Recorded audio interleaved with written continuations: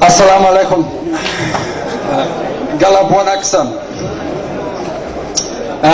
Your Excellency, President of the Federal Republic of Somalia, Hassan Sheikh Mahmoud, Your Excellency, President Sharif Hassan Sheikh Adan, newly elected President of the Interim Southwest Administration, Your Excellencies, Special Envoys and Ambassadors of the international community, and a special greeting to His Excellency Ambassador Mamoun Siddiqui of AMISOM. Distinguished and honourable members of the Federal Parliament, Federal Ministers, traditional titled elders, representatives of civil society, women's groups and youth, distinguished representatives of Somali National Security Forces, and also commanders and deputy force commander, sector commander of AMISOM, ladies and gentlemen, all protocol observed. Assalamu alaikum. Galab wanaagsan.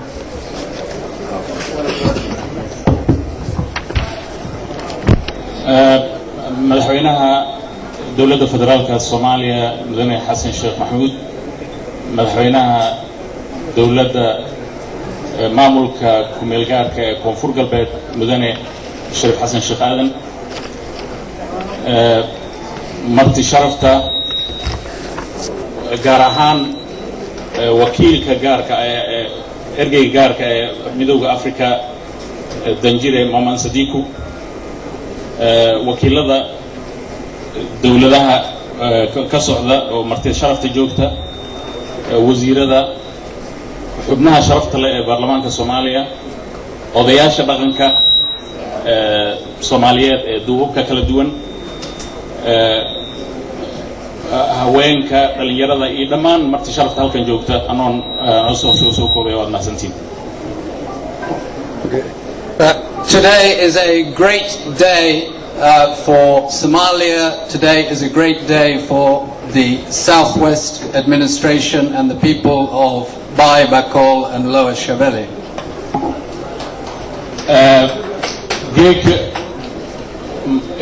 Ge sharaf lewo ge wiingu may sharaf anglata an wiinta dhammaantayna dadka ka nool goboladan sideed gobol Bai iyo Bakol iyo Shabeellaha Hoose ge wiingu. A great day needs a great speech, but not necessarily a long speech. Gewingu marka gewing ma baanta khudbad ma baanta wingan baanta laakiin khudbad in dheeraad qasab ma. I have only 4 messages today. Marka may hasin hay sid afar farimo dasin hay. First is to congratulate the federal government of Somalia, led by the President and the Prime Minister, and particularly the Minister of Interior and Federal Affairs. Congratulations for this achievement.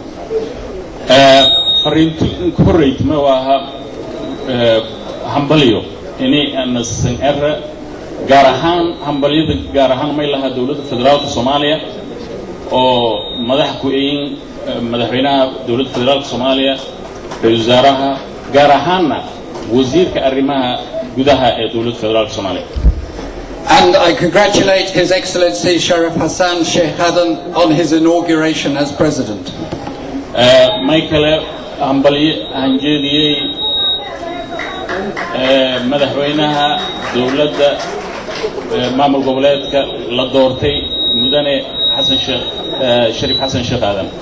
Second is to thank people. To say thank you. Farinta lamad. Thank you.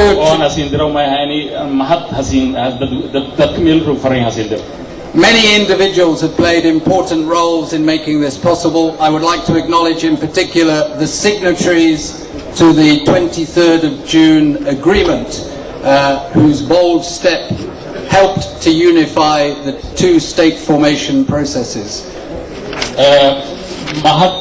Mahad mahanjeediyay dad badan marka gaar ahaan saxiyaalkii heshiiskii June la ka saxiixay Muqdisho oo kaasoo gogolin diyaariyay ani suurowta maamulkan kumeelgaarka koonfur galbeed in la dhisa marka saxiyaalkaas iyo mahadhanjeediyay. And I would like to thank those who have supported the process financially and practically, the Somali Stabilization Fund, the UNDP, and the activities of CRD. Michael mahadhanjeediyay dadka galan ku geysay oo taageero ku bixiyay oo wal kaalmo wali haato bisi processing la hamari ما يكون بدها برنامج الإرهاب برنامج Somali Stabilization Fund أو Somali اللي كحسن اليوم UNDP ضمانتي ومهذا هنجدي. And I would like to thank AMISOM for all the security support for this process. Michael مهذا هنجدي AMISOM أو تغير أو إنشال تروك السودان إنجدي ودلالك الهجالي. And I'd like to thank the people of Bai, Bakol and Lower Shabelle and especially the people of Beydhabo for hosting this process. Thank you. Michael مهذا هنجدي دتك سديدن قبل Bai, Bakol, Shabelle جارهان دتك ربيدو أو مرتجلين دولين مرتجلين مهذا هنجدي. Third message is the message of encouragement, and I would like to encourage three things. First, continued reconciliation.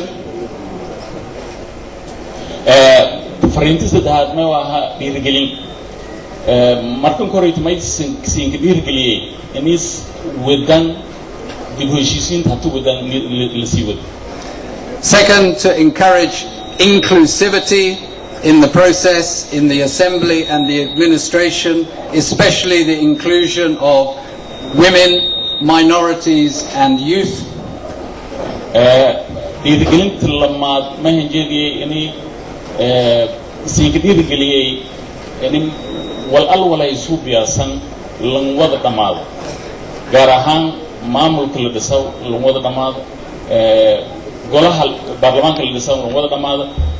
سيجار إمهن جدي يعني بلانت يدل يرد يدخل كتير بدني لنقول.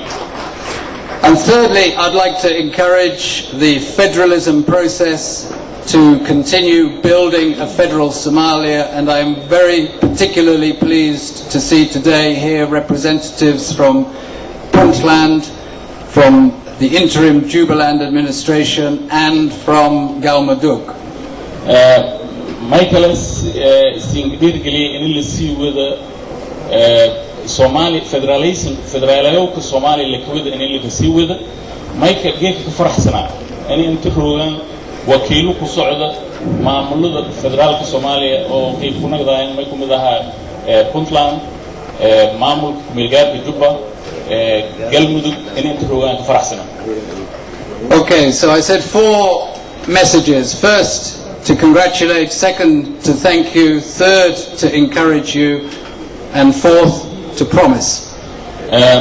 والله أنا شيء ما هي أفرفر موضوعين وده سنري أفريد كود ما هي يعني همبليسين هسيجري فريد لما ما هي يعني سين ما هسين ما هي فريد ست هذا ما هي يعني بيتقين يا هي فريد أفراد ما وها يعني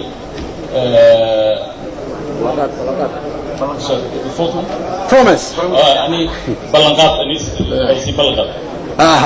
Okay, I promise that the United Nations will increase our presence here in Beydhabo in the coming weeks, and that we will continue to support the process of building the interim Southwest administration.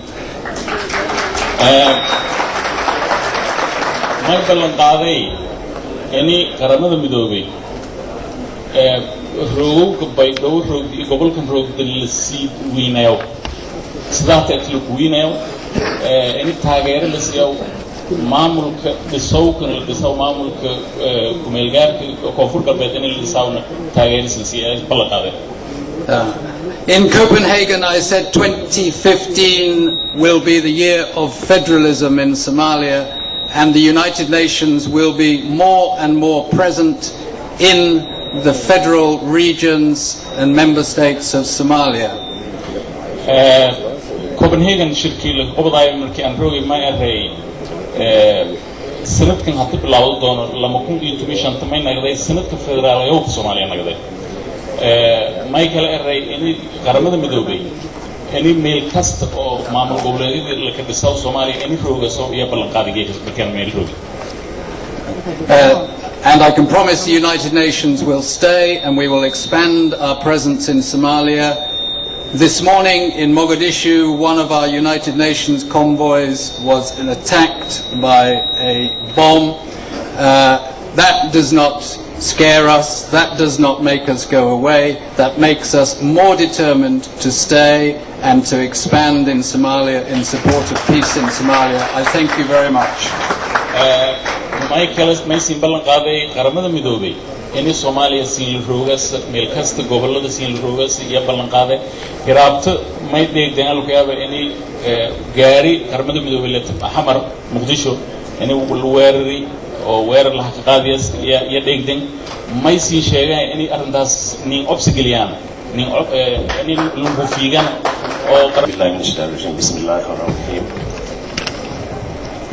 Your Excellency, Mr. President, President Hassan Sheikh Mohamud, Your Excellency, President Sharif Sheikh, Assalamu alaikum. Excellencies, Ambassador, my good friend and able partner, Nike, SRSG, representative of new states or of Galmudug, Jubanchum administration, Puntland, ladies and gentlemen, I come to my country, so I start by touching my heart. This is what I feel for Somalia. That's why I come from the Sahel. Madaxweynaha dawladda federaalka Soomaaliya wasiirada martida sharafta leh wakiilka qaramada midoobay wakiilada dawladaha sharafta leh salaam alaykum warahmatullahi wabarakatuh waxaan idin sheegayaa wadankayga yaani mid sida daradeed wadnaha yaan gacanta ku qabanayaa si aan u muujiyo inaan wadankayga Thank you for inviting me and inviting AMISOM to share this landmark occasion. This is a gathering of peace. That reminds me that, and I'm trying my Somali language here, Nabad Lani Wanolol Lan. Friends who don't know Somali like me, absence of peace is absence of life. The celebration of this new administration for the people of Somalia, Your Excellency, because it's for the people of Somalia, because this is not just for the people of the Southwest state, is a celebration of life. Your Excellency Sharif Hassan Sheikh Adan, congratulations, heartfelt congratulations.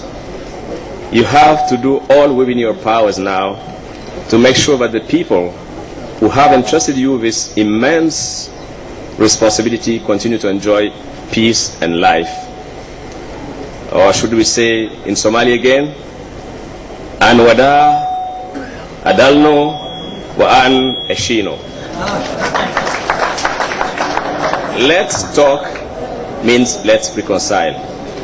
Mr. President, elders, religious leaders, women and youth leaders, let's rally around the cause of peace and reconciliation, which is the bedrock for stability and development.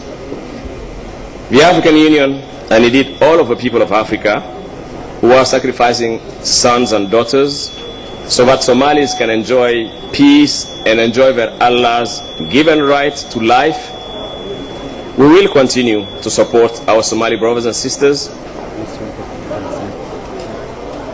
Sorry, I forgot the translator. No, you've done most of it. Marco Reisa, Hambalio, Madaxweyne, waxaa sharaf ah inaad igu martiqaadeen aniga iyo amisom oo naftooda u horeeya dadweynaha Soomaaliyeed si ay nolol u helaan marka taas ugu muhiimsan arrinta ugu sheegay. Thank you. And as Nick Kay said, a speech for such occasion should be short. So again, AMISOM, the people of Africa, African Union, would make sure, will continue supporting our Somali brothers and sisters to restore the countries back to its place of pride and glory. Wa salam.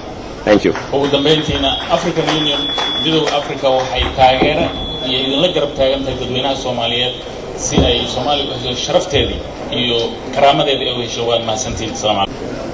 Your Excellency Hassan Sheikh Mohamud, President of the Federal Republic of Somalia, Your Excellency Sharif Hassan Sheikh Aden, President of the Southwest Interim Administration, Ministers, the Technical Committee, dear elders, and people of the Southwest, representatives from the regions which I here see today, from Puntland, from IJ, Interim Juba Administration, Gamaduk, civil society, the Special Representative of the Secretary General, the Special Representative of the African Union, the EGAD Special Envoy, my dear colleague ambassadors and partners, last but not least, AMISOM and all of the security forces which have taken good care of us today. Salam alaikum.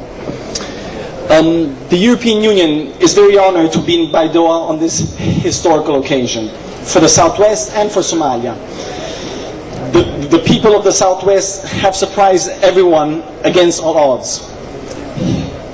You have talked, you have reached out, reconciled and paved the way for the election of Sharif Hassan Sheikh Aden on the 20th of November when the rest of us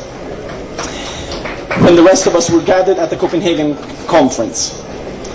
Less than 6 months after the signature of the Mogadishu Agreement on 23rd of June, which I witnessed together with the colleagues from IGAD, the UN and the African Union, you have been able to elect a president. A president, I must say, that is not just like anyone. He is one of Somali's foremost politicians, and all of you know it. A former speaker, a long-standing partner of the European Union, whom I had the privilege to know since 2005. On behalf of the European Union, the High Representative, Ms. Federica Mogherini, and the EU member states present here today, Sweden, France, Germany, and Italy, I would like to offer my warmest congratulations to the new President of the Southwest, Sharif Hassan Sheikh Aden. You have been elected by an overwhelming majority and will have significant responsibilities on your shoulders. I would like also to take the opportunity here to thank the President, Hassan Sheikh Mohamud, the federal institutions, the technical committee, the elders and the people of the Southwest who made this process possible. You have driven forward a unique reconciliation process, leading to a formation, we hope, to a new state, and elected someone who will be able to project your expectations in the Southwest and beyond. The administration formation process of the Southwest, I believe, can be a model for the rest of Somalia. I met President Sharif Hassan very recently, and I very much appreciate his commitment to reach out, to sit down with and listen to his people, and take into account their concerns. I was assured by the President that he intends to travel throughout the Southwest and consult with the local population. Reconciliation needs to start from the bottom, and the European Union, through Finnish Church Aid and CRD, will support a district administration process. You have created here in Beydhabo, and the President actually was involved in that, back in 2006, a model of local governance accountability for Somalia. This remains very relevant still today and allows building a bottom-up administration with the people and for the people. And Mr. President Sharif Hassan, I look forward to meeting you and your government soon in Barawe. The challenges are many. We are sending next week a team here in Beydhabo to discuss immediate priorities, and I hope the New Deal process can soon reach Beydhabo and the Southwest. We are conscious your people need immediate delivery, and we will focus on these. We are delighted to see here today the representatives of Puntland, Jubas and Galmudug. The regions, and the special representative mentioned earlier, are the spearhead of the Federalist project, and we look forward to continued consultations with the federal government. It is for the federal government and the regions to work as a team to achieve 2016. The government has to respond to the needs of the federal units, but also the regions have to support the federal government and both ensure a delineation of responsibilities. Federalism is above all a two-way process of consensus building, and we will support these efforts. Finally, we will be accompanying the growth of this Somali child, the new Somali child. The appointment of the government, the upcoming steps, the government, the regional assembly, and the dialogue with the other administrations and the federal government. President Sharif Hassan, you can count on us to be with you and your people throughout this journey. Mahad Sani. Shukran. In the interest of time, I think I just use the local language, familiar here. Somalia ku hadlaya si aan liiga turjumin. Madaxweynaha dowladda federaalka Soomaaliya Hassan Sheikh Mohamud, Madaxweynaha Koonfurta Galbeed Sharif Hassan Sheikh Aadan, xildhibaanada shacabka Soomaaliyeed halkan jooga, saaxiibayaasha beesha caalamka, guddiga salaamu calaykum. waxaan arkaa waqtiga inuu aad u gabaabsi u yahay, xiise badanna u qabtaan labada madaxweyne inay idinla hadlaan, marka anaga teen waan soo gaabinaynaa. madaxweyne Xasan, guud ahaan urur goboleedka IGAD iyo dowladaha ku bahoobay IGAD ay Soomaaliya ogtahay inay saldhig u tahay, intaba way ku hambalyeynayaan. adiga iyo dowladda aad hogaaminaysa oo maaragtay golaha wasiirada Prime Minister Abdiweli iyo baarlamaanka guud ahaan waa idin hambalyeynayna runtii. sababtan waxa weeyaan go'aanka aad qaadateen inaad Soomaaliya ka bixisaan dhawaatada muddada badan dhowr iyo 20 sano hadda ku soo habsatay oo rasmi ah in dowladnimo la aado, laga baxa foodlo oo loo kaca dowladnimadana waxay ka bilaabanaysaa deegaamada ilaa gobolada ilaa caasimadda. marka waxaan runtii ku faraxsanahay inaan qayb ka ahaa 23 Juun saxiix ka dhacay Muqdisho oo lagu sameeyay guddigii farsamada oo arrintan hirgelin lahaa. runtii golaha wasiirada oo halkan Khalid iyo Abdallah iyo Ibrahim runtii aad iyo aad bay u shaqeeyeen, way aad iyo aad u mahadsan yihiin. iyo guddiga guud ahaan arrintani ka soo shaqeeyay madaxweyne runtii waa in la aqoonsadaa qofka hadduu shaqo wanaagsan u qabto waa inaad inta aqoonso wali bilaa sharaf inaad sii ragan iyo gabdhaha ka soo shaqeeyay arrintan. midda labaad waxaan runtii u hambalyeynayna CRD Jibriil iyo saaxiibadiis oo runtii aan ognahay shaqo badan inay qabteen. mar walba waxaa la yiraahdaa urur goboleedka IGAD ayaa howl fududeynta sameeya. safartan howl fududeynta waxaa sameeyay maaragtay Jibriil iyo shacab Soomaaliyeed oo ururka u shaqeynaya, marka aad iyo aad runtii u mahadsan yihiin. waxaan leenahay garabkiina nahay madaxweyne. arrintan aad sameyseen maanta waxa weeyaan saldhigga dowladnimada Soomaaliya. waxaad joojisay tiir weyn oo ummadda Soomaaliyeed ku soo hoyan karta. dowladdan shacabka Soomaaliyeed idil guud ahaan ayay u adeegaysaa, laakiin haddii qaas ahaan waxaa rabaa goboladan saddexda inay u adeegto. waxaan isleenahay kuwa dambe oo soo socda waxaana dhiirigelinaya runtii gobolada dhexe. madaxweyne gobolada dhexe waxaan leenahay sanadkan intuusan dhammaanin inay iidana tiirka la joojiyo ayaan jecelnahay, oo weliba wixii aad ururkan oga baahan tahayna runtii aan kula garab taaganahay. waxaan rabaa maadaama waqti la haynin madaxweyne Sharif inaan u sheegay hal shay. lamid matid kuwa hadda ka horeeyay iyo kuwa soo socon doonaba saan ognahay. waxaad ahayd speakerka Soomaaliya, weliba maamo badan waxaad ahayd kusimaha madaxweynaha saan waleynaa qaranka. maantana waxaad tahay madaxweynaha Koonfurta Galbeed. waxyaalo fara badan ayaa laga rajaynayaa runtii.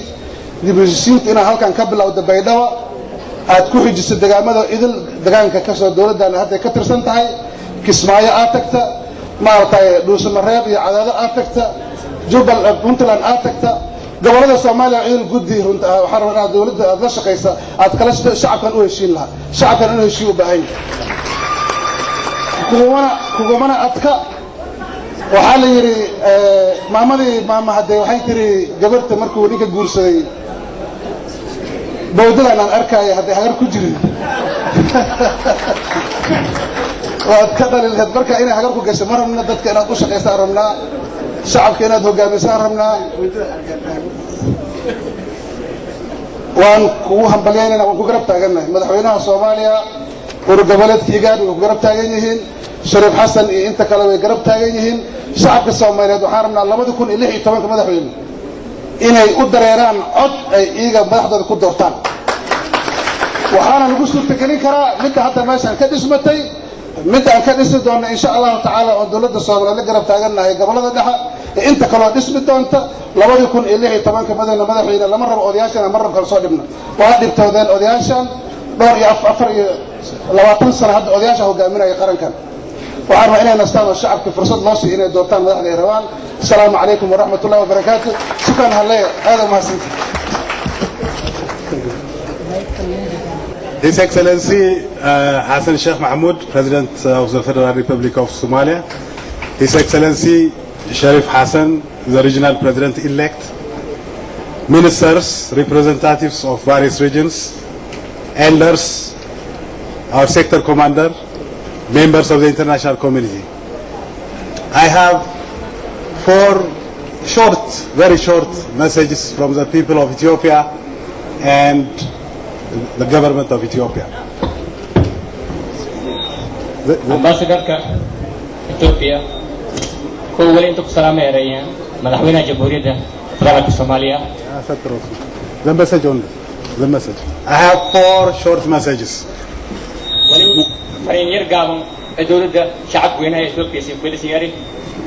One is message of congratulations. Congratulations to His Excellency Sharif Hassan for being elected and overwhelmingly by his people.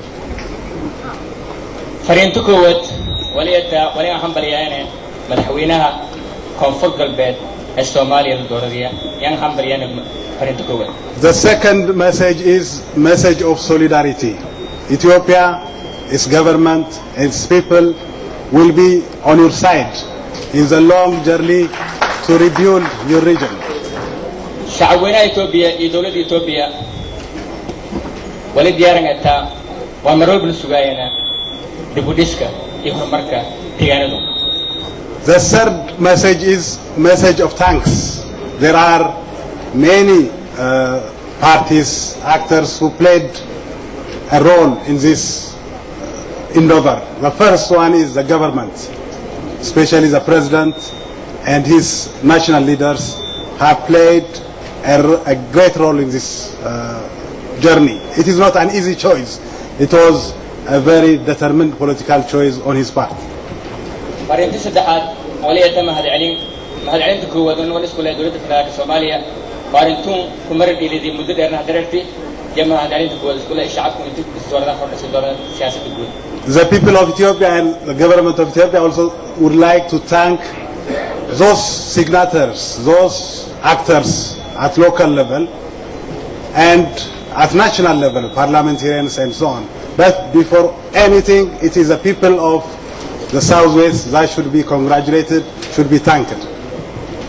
Thank you دمبو توي تاولين مهد عليانه سحياشي برنامج عمر قليل شعبنا إثيوبيا دولة إثيوبيا ولي أيدي إنك مهد علياسه شعب الدبو قبلنا سيدنا قبل كونفدرالية الصومالية يهدك مهد علياسه قولي وين يوديرين. I should also thank the AMISOM forces. Without them, this difficult political process could not have been realized. I should personally thank the general, the sector commander. Ethiopia is proud of you. You have used your political and military skills to make this happen.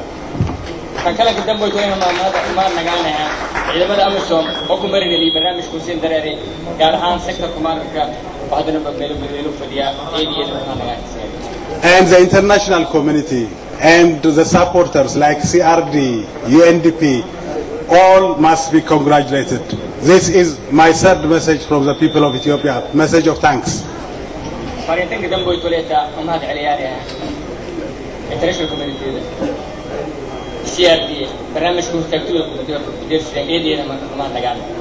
My final short message is a message of advice.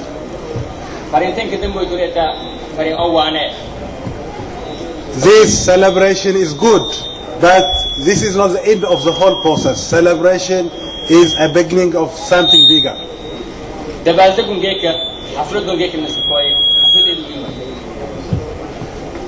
There is a lot of responsibility on the shoulders of the president, but we know that he's able politician.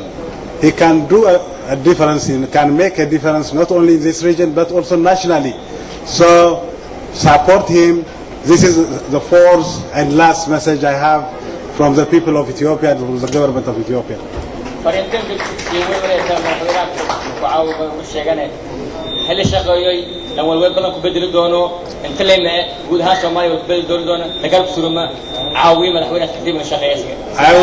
I would like to conclude by saying that again the message of solidarity, we are on your side. Again, there is a lot of tasks ahead of you, and we wish you every best possible.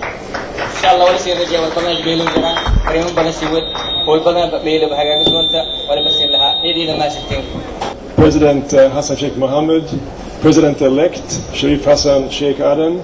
There are good and bad parts to speaking towards the end. Many points have been made, and of course I support those made by colleagues, not least the SRSG and my EU colleague Ambassador Chervone. I've been striking out sentences to save on time.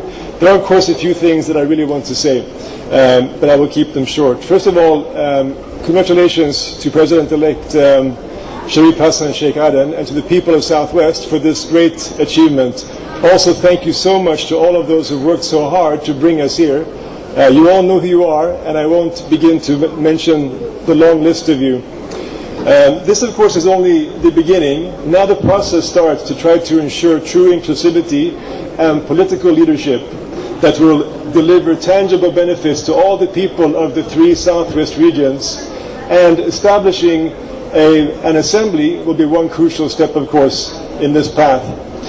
We also, as Sweden, want to encourage continued outreach to those who had preferred a different regional setup, both those within ISWA and beyond. And the same message of the need for inclusivity and reconciliation is being and will be passed to the administration in Kismaayo as well. Sweden is ready to continue to assist in the establishment of this interim administration and the creation of strong and democratic institutions, the Assembly being one of them, not least through the Somalia Stability Fund, through which Sweden and the UK have provided the main funding for this process leading us here today. If the new leadership of the Southwest is ready to address its people's needs in an inclusive and transparent way, we are of course ready to continue to support this process. Since I'm Swedish, you won't be surprised when I will also say that, in our view, you also need to make a very strong prioritization of women's participation in your administration. Finally, as a committed long-term partner of Somalia, we welcome the progress made overall on the state formation process in Somalia. This is one of the most concrete achievements that we've seen in the past 9 months, I would say. We now look forward to being part of the ISWA broader engagement with local communities in the three regions, with the neighboring IRAs, with the federal government, and also with the international community and civil society. Thank you very much. Excellency Hassan Sheikh Mahmoud, President of the Federal Republic of Somalia, Excellency Sharif Hassan Sheikh Aden, President of the Interim Southwest Administration, Honorable Ministers, Excellencies, ladies and gentlemen. Today we are all witnessing opening yet another chapter in the history of the peaceful and stable Somalia. Turkey welcomes the formation of the Interim Southwest Administration. It's a great pleasure for me to congratulate President Sharif Hassan for electing as the President of the Interim Southwest Administration. This inauguration ceremony is a major milestone in the process of the emerging new federal Somalia. The formation of the Interim Southwest administration and the election of the President Sharif Hassan are the latest manifestation of the collective determination of the Somali people and politicians to have a normal life across Somalia. It's also a clear sign of willingness of all relevant parties to attach great importance to the dialogue and compromise in the political struggle. We believe that as one of the most senior politicians in Somalia, President Sharif Hassan will work adamantly for the peace and development of all its constituents living in the region. We also believe that the Somali federal government and the interim Southwest administration will work together towards peace and stability in Somalia. Excellencies, Turkey is glad to witness and supports the establishment of local, district and interim regional administrations, paving the way to the consolidation and building of federalism in Somalia. Reconciliation throughout Somalia is the vital key to state and peace building. We are encouraged by the progress in the country at large in the past 2 years. We must commend the President of Somalia for all this progress has taken place under his able leadership. We also congratulate our patriotic Somali brothers and sisters on their tireless efforts and confidence in furthering progress in Somalia day by day. We would say that Somalia has undergone a remarkable transformation with the support of the Somali people and the engagement of the international community. However, Somalia is a critical juncture in its efforts to achieve security and stability. Somali people should be persistent and all parties concerned must work in harmony and in good faith to produce common solutions. Somalia should be allowed to lead its own transformation and in a manner that is compatible with their own circumstances. Excellencies, today is the time to assist the Somali federal government as well as the local administrations in their state building and peace building endeavors. It's a fact that only power sharing and resource sharing at the local level will bring a lasting peace and stability in Somalia. Local administrations should be supported and encouraged. In this respect, there have to be police stations, schools, boreholes, health clinics, and administrative centers in each regional administration. This approach could justify the legitimacy of both central and local administrations in the eyes of the local people. Excellencies, under the pioneering and coordinating role of the UN and African Union, the international and regional community should continue to render its constructive support for the Somali people. In line with our desire to see a secure, stable and prosperous Somalia, Turkey remains strongly committed to supporting a state building and peace building process in Somalia. I wish the President Adan and the new administration every success. Thank you very much. Assalamu alaikum. مدنا حسن الشيخ محمد مدحوينها دولة الفدرالكا مدنا شريف حسن الشيخ آدم مدحوينها كوفر قلبات مدنا ياشا الله بدا قولها وزير هذا هي قولها برلمان كدولة الفدرالكا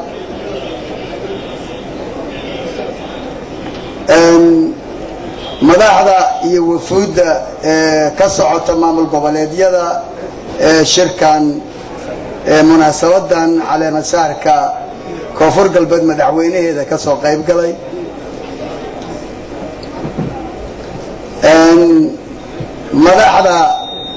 madaxa qaramada midoobay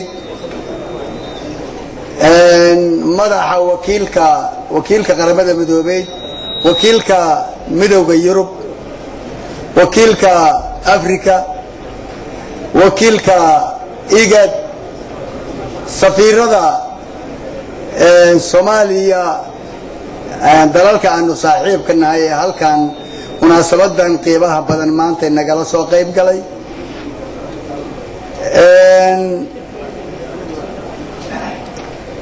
general ka qaybta saddexaad ciidanka AMISOM oo general Barnaaji oo halkan fadhiya guddiga qabanqaabada ee maanta munaasabadan qiimaha iyo qaayaha badan halkan sharafta maanta halkan soo bandhigay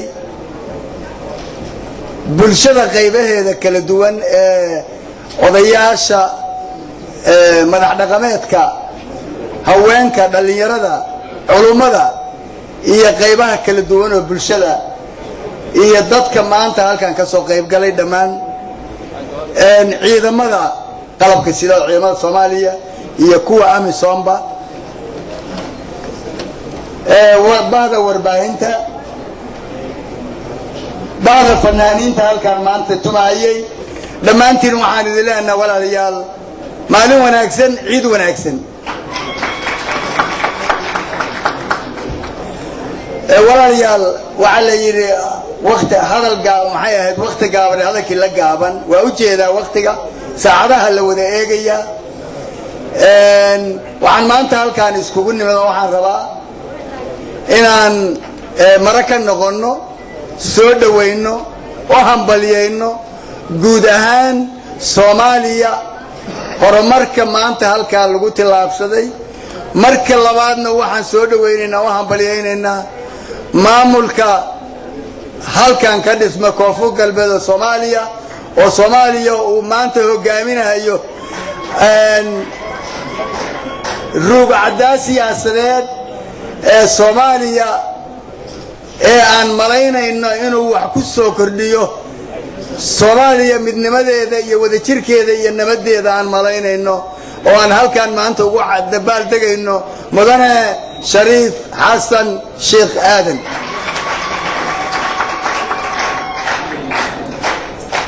waxa weeye walaalayaal mudane waxaan rabaa reer koonfur galbeed inaan u sheego hal tilaabaad maanta la qaaday waa dhagixii koobaad baa la qaaday hawli waa dambaysaa gacmana wada jir bay wax ku gooyaan madaxweynaha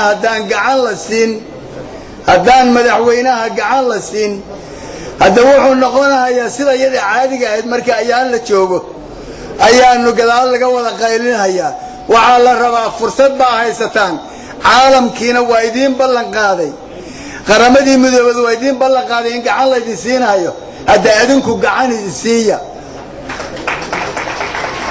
waxa weeye heshiiyaan idin leenahay adinku heshiiya midoobaan idin leenahay markaad heshiisaan midowdaan amnigiina sugataan horumar samaysaan markaasaa Soomaaliyana wax taraysaan inta kale wax tarmaadkaasi gaaraya Soomaaliya waxaan rabaa fursadu maalin ma joogtee maanta ninka odaga ee rugcadaaga ah idiin soo baxay waxaan asagana ka rajaynayaa maamulada dhisma iyo kuwa dhismi doonana waxaan ka rajaynaynaa dawlad goboleedyadu inaysan noqon kuwa jiritaankii midnimadii qarannimadii iyo amnigii wada jiray ee Soomaaliya mid wax yeeleeyo inuusan noqon inuu noqdo mid dawladda dhexe goboladoodana ka adkaada dawladda dhexena gacan siiya dabarka la iga dhagan yahay waxaan rabaa mar kale inaan idin iraado waa mahadsantiin aad baan u soo dhaweynayaa munaasabadan ilaahay maanta inuu keeno hadda waxaan rabnaa annagana ilmahana la ka soo qabto xagga goboladii dhexena waa idin sugayaan dhexena waa idin sugayaan reer koonfur galbeed waa idin sugayaan wuxuu yiri ninbaa wuxuu yiri maxamed ambaasir maxamed cabdi afay wuxuu yiri gobolada dhan tag xasan sheekh hadduu gobolada dhan ku socdo waa nagu qabsanaya goboladan joogno meesha anigu aan joogo 17,000 oo ka tirsan koonfur galbeed Soomaaliya ayaa halkan shacbigaas ka mid ah marka ninkaan ayaanaha nagu soo daynina intaan ka tabaraysanayna aad iyo aad baan idin mahad celinayaa kulligiin salaamu calaykum waraxmatullahi wabarakaatu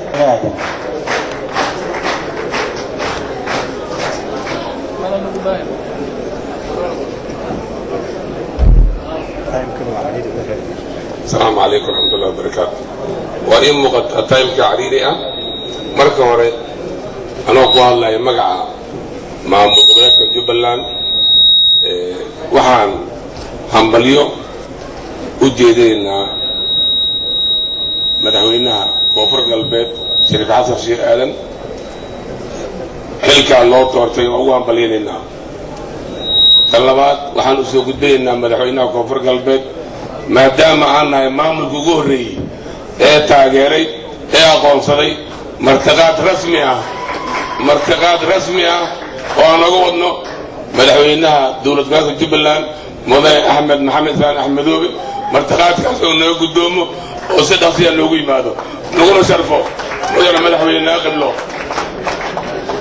waxaan halkan mahadcelin gaar ugu soo jeedinaa dhammaan intii ka qayb gashay dhismaha maamulka koonfur galbeed ee ugu horeeya madaxweynaha dowladda federaalka mudane xasan sheekh maxamuud wax badan baana xamanay xanta laftiis ma moogo federaal ma rabo inta waay xagga waay beejimada baa lagu gooyaa duqa inuu federaal rabo maanta markhaati waay inuu federaal rabo xasan sheekh maanta waa markhaati marka inta dhiman waxaan ku leenahay madaxweyne dhammaystir annaguna iskaashanayna dowladda goboleedka koonfur galbeed oo aan deriska nahay waxaan iska kaashan doonaa la dagaalanka argagixisada caalamiga al-shabaab xiriirka ganacsiga adkeynta amniga gacmo furan baan ku soo dhawaynaynaa xoogaa ayaa maa ka horreynay wixii xaggeena ku xiranna waa nala keel haddii alla idmo asalaamu calaykum waraxmatullahi wabarakaatu aad iyo aad u mahadsantiin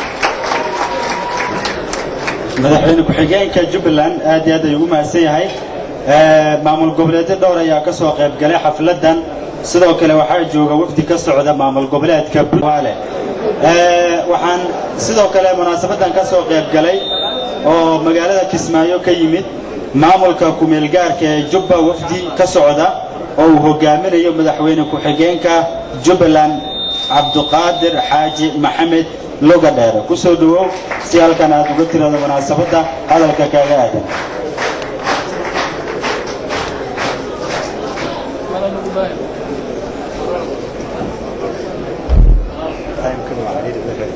السلام عليكم ورحمة الله وبركاته وإن مقطع تايم كعريري مركز هوري أنا أقول الله يمقع مع مقبلات Jubbaland waxaan hambalyo u jeedinaa madaxweynaha koonfur galbeed shariif xasan sheekh aadan xilka loo doortay oo ugu hambalyeynayna tan labaad waxaan u soo gudbinaynaa madaxweynaha koonfur galbeed maadaama aan nahay maamulka ugu horreeyey ee taageeray ee aqoonsaday martiqaad rasmi ah oo aan uga wadno madaxweynaha dowlad goboleedka Jubbaland mudane Axmed Maxamed Saan Axmedoobe martiqaadkaas oo naga gudoomo oo si dhaqsiya loogu yimaado laguna sharfo mudane madaxweynaha qiblo